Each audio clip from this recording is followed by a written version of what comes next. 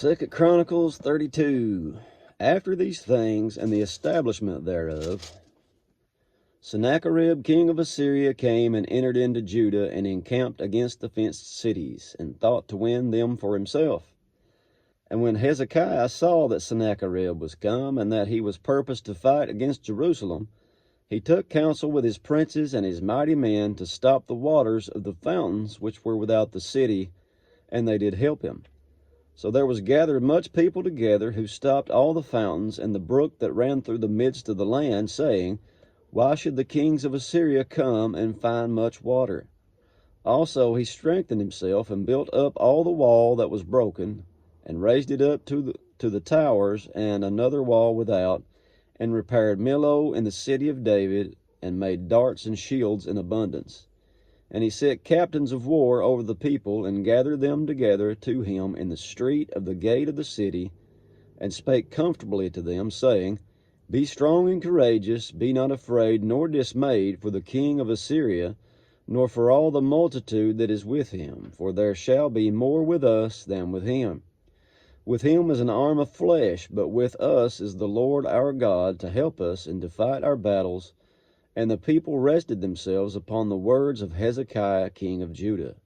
After this did Sennacherib king of Assyria send his servants to Jerusalem, but he himself laid siege against Lachish and all his power with him.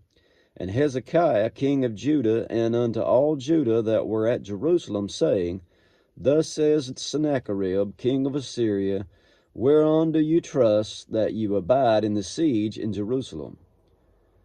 Doth not Hezekiah persuade you to give over yourselves to die by famine and by thirst, saying, The Lord our God shall deliver us out of the hand of the king of Assyria? Has not the same Hezekiah taken away his high places and his altars, and commanded Judah and Jerusalem, saying, You shall worship before one altar, and burn incense upon it? Know ye not that what I and my fathers have done unto all the people of other lands? Were the gods of the nations of those lands in any way able to deliver their lands out of my hand? Who was there among all the gods of those nations that my father utterly destroyed, that could deliver his people out of my hand, that your God should be able to deliver you out of my hand?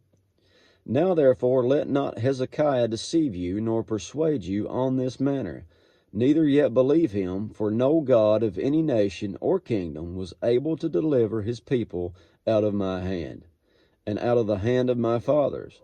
How much less shall your God deliver you out of my hand? And his servant spake yet more against the Lord God, and against his servant Hezekiah. He wrote also letters to rail on the Lord God of Israel, and to speak against him, saying, As the gods of the nations of other lands have not delivered their people out of my hand, so shall not the God of Hezekiah deliver his people out of my hand.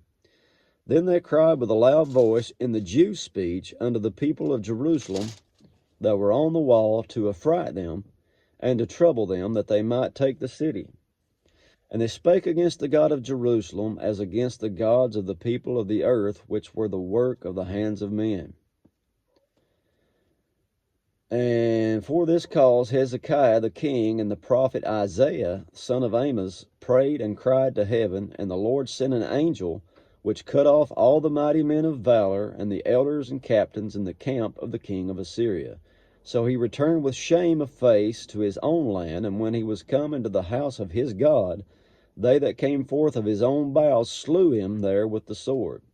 Thus the Lord saved Hezekiah and the inhabitants of Jerusalem from the hand of Sennacherib king of Assyria, and from the hand of all other, and guided them on every side.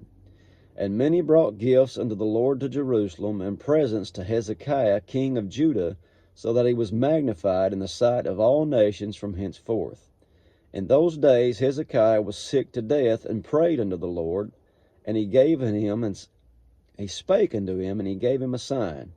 But Hezekiah rendered not again according to the benefit done unto him, for his heart was lifted up. Therefore there was wrath upon him, and upon Judah and Jerusalem.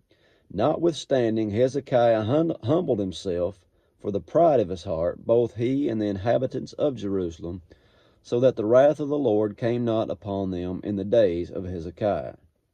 And Hezekiah had exceeding much riches and honor, and he made himself treasuries for silver and for gold, and for precious stone, for spices and shields, and all manner of pleasant jewels.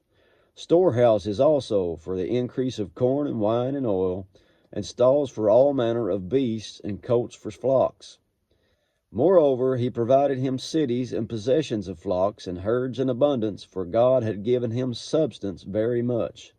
This same Hezekiah also stopped the upper watercourse of Gihon, and brought it straight down to the west side of the city of David, and Hezekiah prospered in all his works. Howbeit in the business of the ambassadors of the princes of Babylon, who sent unto him to inquire of the wonder that he had done in the land, God left him, to try him, that he might know all that was in his heart. Now the rest of the acts of Hezekiah and his goodness, behold, they are written in the vision of Isaiah the prophet, the son of Amos, and in the book of the kings of Judah and Israel.